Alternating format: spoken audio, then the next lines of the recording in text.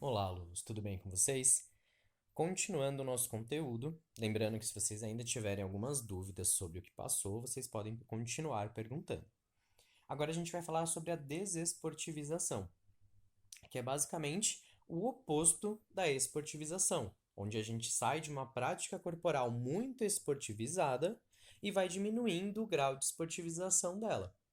Então a gente vai sair de um esporte, por exemplo, um esporte olímpico, e a gente vai mudar e transformar as regras desse esporte para transformar ele num esporte mais acessível, numa prática corporal mais acessível. Tendo como ponto de partida essa tirinha, a gente percebe que o esporte, né, a competição de alto rendimento, nem sempre ele é divertida para todos os participantes. Então, nem todos os participantes eles se divertem durante um jogo ou uma partida de algum esporte, principalmente aquele que está perdendo. A desesportivização, ela visa isso. Então, a desesportivização, ela tem como principal objetivo aumentar o grau de diversão da prática na prática em si e aumentar a inclusão de todas as pessoas, principalmente daquelas pessoas que têm um rendimento menor naquelas práticas corporais. Então aqui tem um parâmetro que compara a esportivização e a desesportivização.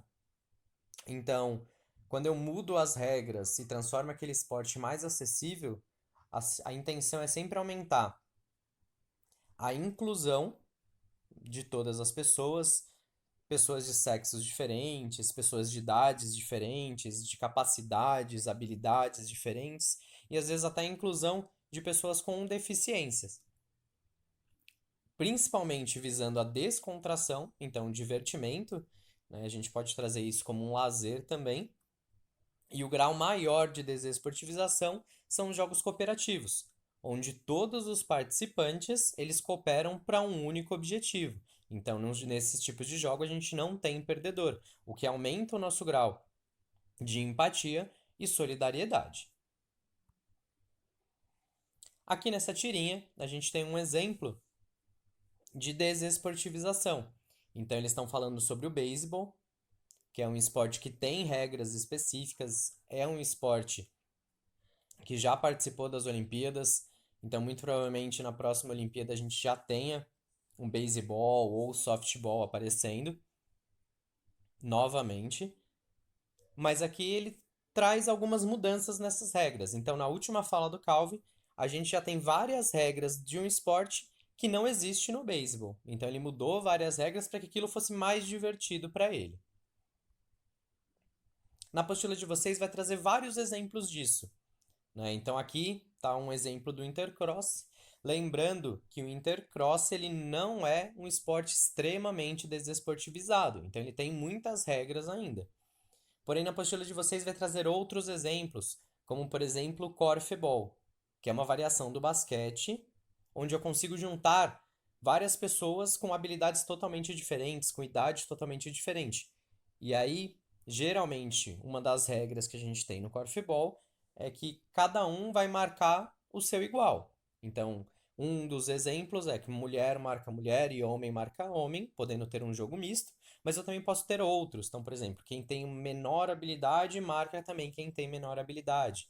Quem é adulto marca adulto, criança marca criança. E geralmente quem tem a bola não pode andar com ela. Então, todo momento que eu recebo a bola, se eu não estou em posição de marcar uma cesta, eu preciso passar ela. Então, aumenta o número de passes, o que também aumenta o número de vezes que todos os participantes vão encostar na bola, o que aumenta a minha diversão. Mas é importante lembrar que o esporte ele pode ser visto de maneiras diferentes. Então, outro exemplo que a apostila dá é o basquetebol de rua. Então, eu preciso mudar as regras do esporte institucionalizado e colocar naquilo que eu tenho. Então, eu não tenho uma quadra específica de basquete. Então, eu vou jogar na rua com um cesto pendurado. Então, eu vou mudando essas regras para que eu possa fazer isso. E a partir daquele momento, pode vir a surgir um outro esporte novamente. Né? Como é o caso do basquetebol de rua, do que virou o streetball, ou do futebol de rua, que também já tem virado uma outra prática, assim como o mesobol, o fute-mesa, que também são outras práticas esportivas vindas do futebol. E é importante a gente destacar a diferença do esporte na escola e do esporte da escola. Então, esporte na escola é quando eu uso as regras específicas institucionalizadas do esporte como prática de uma aula.